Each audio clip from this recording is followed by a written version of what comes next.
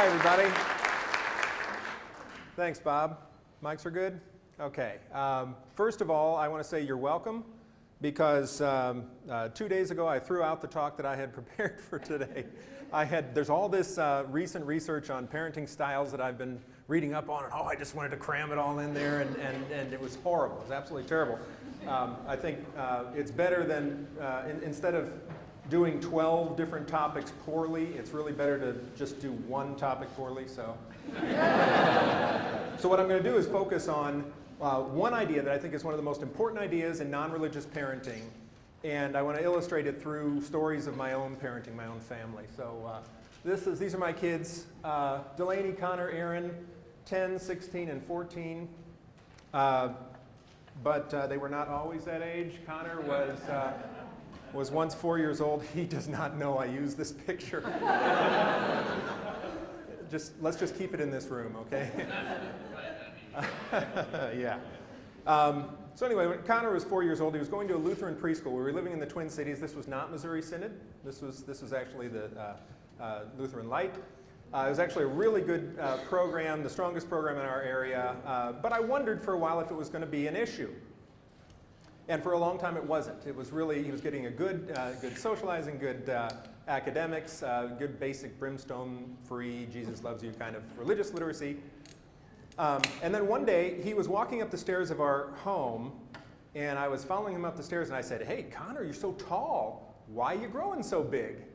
And he said, "I don't know, Dad. I guess God just wants me to grow." Which was cute.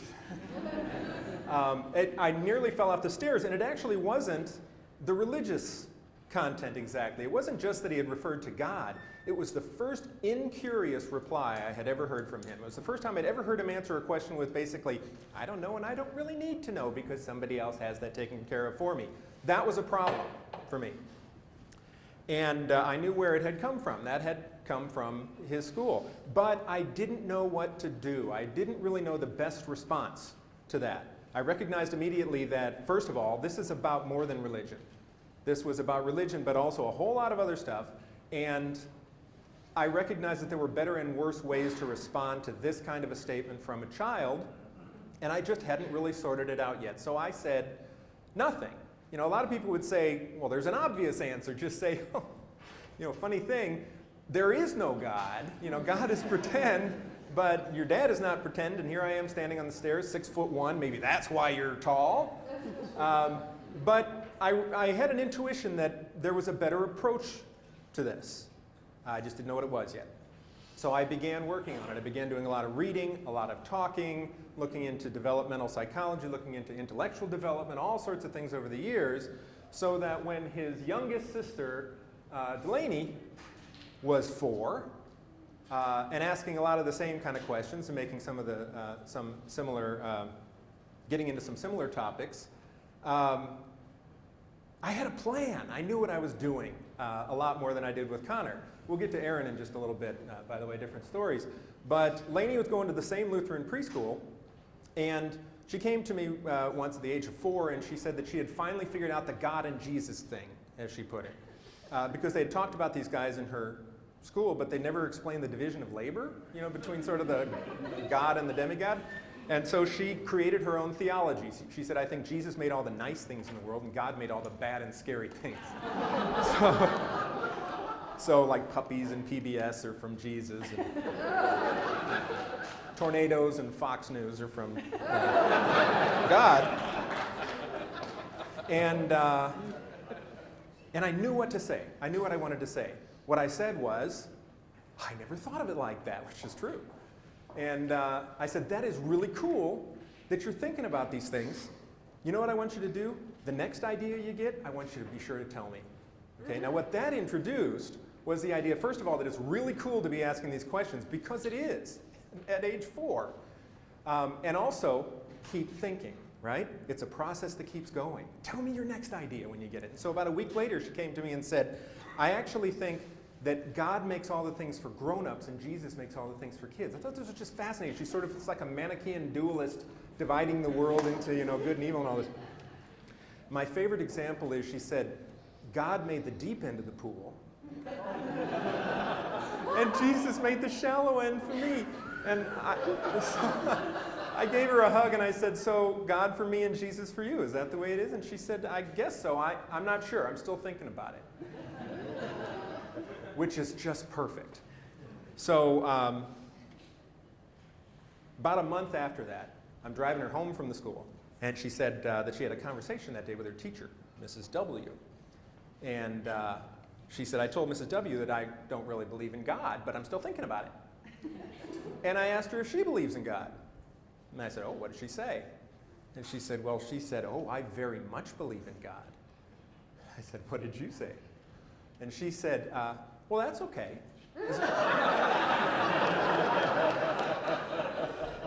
She said, that's okay, as long as you're still thinking about it too.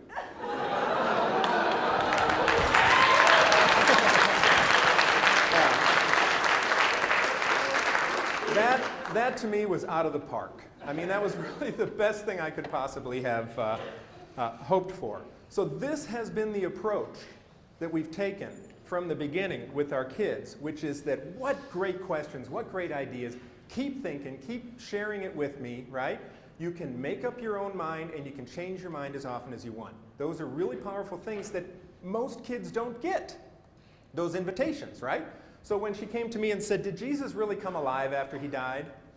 I always gave my opinion. This is one thing I hear occasionally from atheist parents. They actually don't tell their kids what they believe because they're so concerned about indoctrinating them. They're so concerned about that, which is a really good concern. I didn't want to do that either. But here's what you do. I said, I don't think he did. I don't think he came alive. I think that's a story that was made up so that we would feel better about death. But you really ought to talk to Grandma Barbara because I know that she thinks he did. And then you get to make up your own mind and you can change your mind 1,000 times if you want. That has ended up being the golden road. It's the most honest, straightforward way, and what it shows is that I've got confidence in the process of reason. If I actually give kids what I had when I was a kid. Now, my parents did it accidentally. You know, we went to church every Sunday and all that sort of thing, but I think they were simply too tired to indoctrinate me. You know, they did. They were very, very busy, and as a result, but what they did do is give me the sense that education is vitally important, and they gave me this ravenous curiosity about the world. That's the combination. Education is a value, ravenous curiosity, and then give them space to think. Don't push. And I am confident in where that leads. If reason doesn't lead to my worldview, right, then I think that's a problem with my worldview. But I'm actually fairly confident that it does. But the only way to really be honest about that is to let it go. Now, not everybody feels this way. This is anybody know Joyce Meyer? She's a televangelist in St. Louis. Weirdly lived about 3 miles from my mother for years. She has a series of books called, it's actually just a couple of books, Battlefield of the Mind, and then there's Battlefield of the Mind for Teens. Has sold over 1 million copies, according to her website. So this is not a fringe voice. This is somebody who is influencing a lot of this dialogue. Here's what Joyce Meyer thinks about letting kids think independently. Here's the advice she has for parents. Satan will look for your child's weakest area and attack at that point. He will attempt to fill your child with worry, reasoning, fear, depression, and discouraging negative thoughts. That's the book. You can go check it out. I actually thought when I first saw that, I thought, I'm missing the context or something. She just put reasoning in Satan's toolkit. But it goes on. She says, I once asked the Lord why so many people are confused, and he said to me, is that first of all? Tell them to stop trying to figure everything out and they will stop being confused. I have found it to be absolutely true. Reasoning and confusion go together. That's true, right? If you don't think about it, it's not confusing. So I'm with her on that one. Now here's the statement that she gives to teenagers. This is from Battlefield of the Mind for Teens. Now this one makes me ill. This is what she's saying to teenagers at precisely the moment they're supposed to be entertaining a wide variety of ideas. She says, ask yourself continually, what would Jesus think? If he wouldn't think about something, you shouldn't either. By keeping continual watch over your thoughts, you can ensure that no damaging enemy thoughts creep into your mind. That is nauseating. That is insane, right? It tells kids that even letting the thought in the first place is a problem. And the interesting thing is you'll actually get, kids can sometimes absorb this even if they haven't had religious training. My daughter at one point was, Erin, the middle one, about age 9, she was crying at bedtime, crying at night, and wouldn't tell me why, which is not good. And I finally, come on, sweetie, you gotta, I want to know what it is so I can help. It's going to be fine, you know, you don't have to worry about it. Well, it turned out that she said, I heard this bad word at school. And she said, now it's in my mind, and I can't stop thinking about the word, and it makes me feel like a bad person. And this is really Erin. She's really concerned about values and concerned about, you know, kind of the good and evil side of things. Doesn't always go the right way with that one. When she was 4, she saw Snow White, and there's the scene where the trees are sort of reaching down. They start to become these sort of anthropomorphized hands. Remember that scene? And Snow White's running in the storm. And she said, what are those? And I said, oh, that looks like some sort of evil hands, Bee. That's her nickname. And she said, oh, I want to be those evil hands. So, everything's fine. She's turned out fine. But anyway, she had this word that kept popping into her mind. And I said, the word was asshole, by the way. Everybody is wondering. And I had to tell her, it is okay to think anything. You have permission to think anything. If you don't let it in, how can you decide whether it's a good thing or not, right? You have to let it in. You have to think about it. And then, now if you act on an idea, then you can be held responsible for your action. But it's never a bad thing. And you actually have to tell kids this. Because they will somehow, she didn't get this, you know, from going to church. They will get this kind of message. So she's talking about, she's reinforcing something the kids are already slightly inclined to. You've got to let them know that there are no unthinkable thoughts and no unaskable questions. Okay, so a related topic, one that comes up a lot, is the whole Santa question and what to do. You know, a lot of parents say, what should you do? Some people say, I don't want to lie to my kids ever about anything. And I think that's fine. I think it's perfectly fine to not do the Santa thing. I also think it's kind of a missed opportunity. It's something that if you do it with a light touch, if you do it in a particular way, it can be an unmissable opportunity for critical thinking. It can just be something that is fun and light and valuable in the long run. Now, my wife and I sort of stumbled backwards into this because we did Santa when we were kids and all that. So we started doing it with our kids without really thinking about it.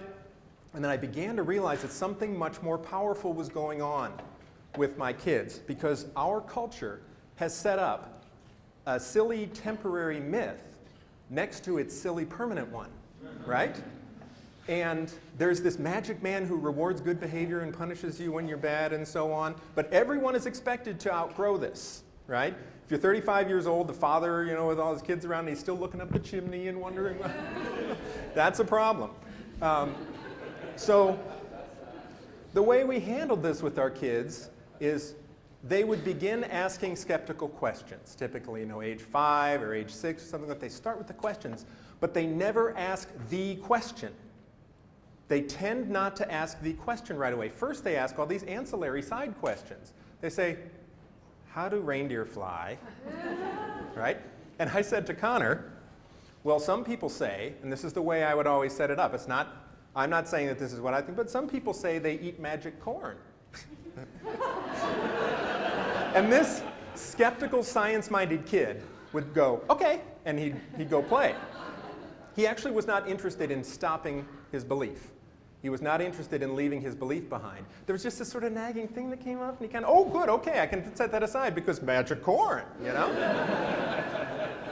And then, how does he get around the world in one night, you know? And I remember one time I said, well, some people say it's not a literal night, you know? It's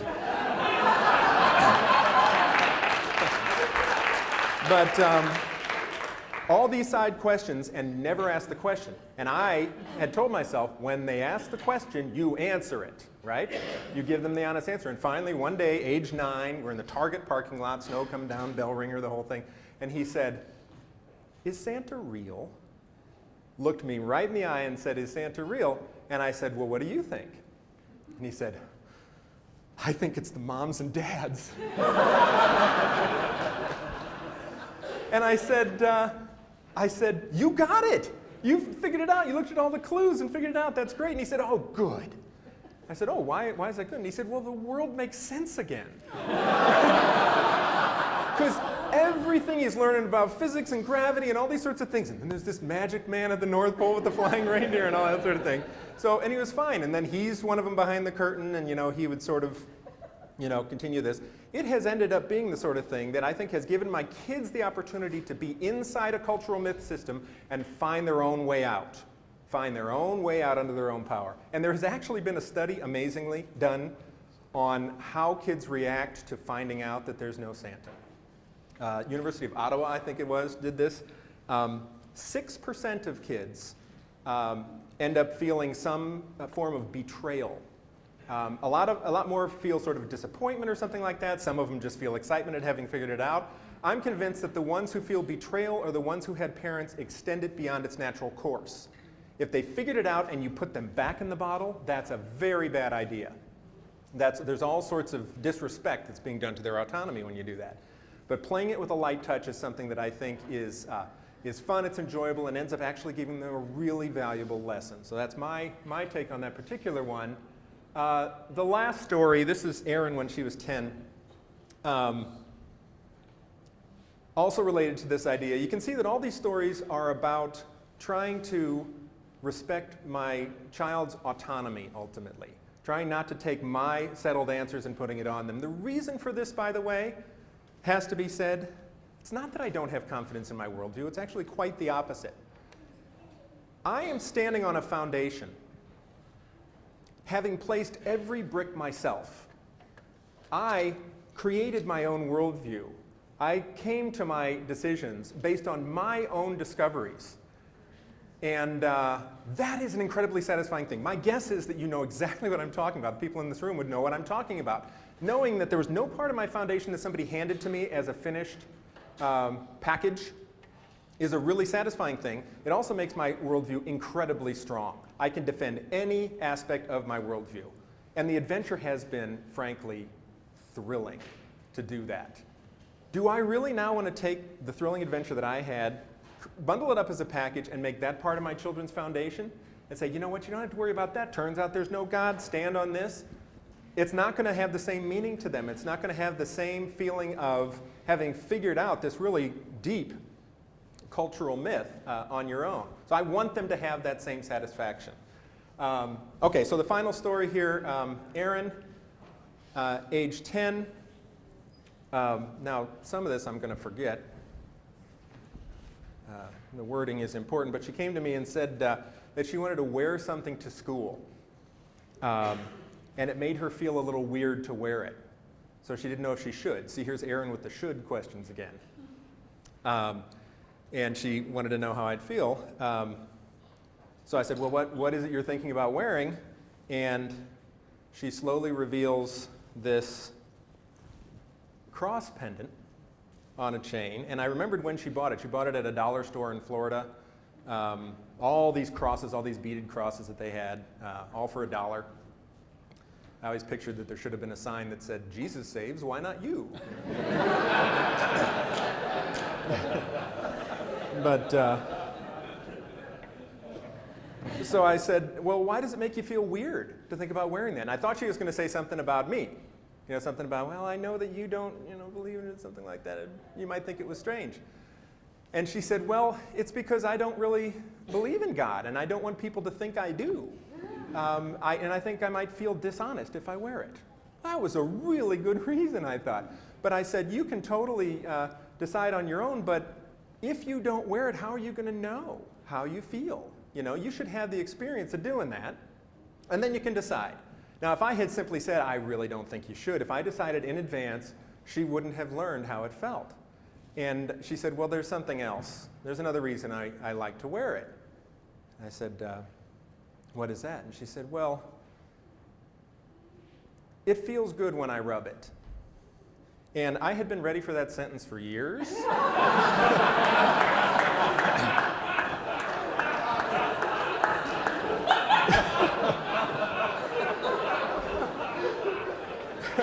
But the context was all wrong.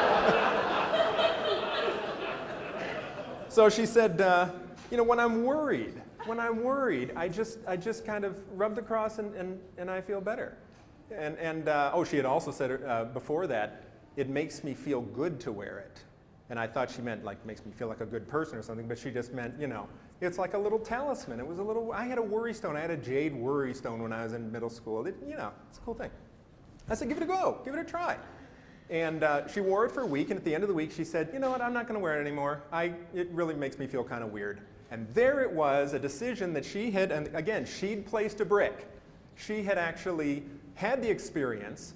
I think one of the worst things we can do is intercept our kids too early, get them away from those experiences, and deprive them of the opportunity to build that foundation themselves.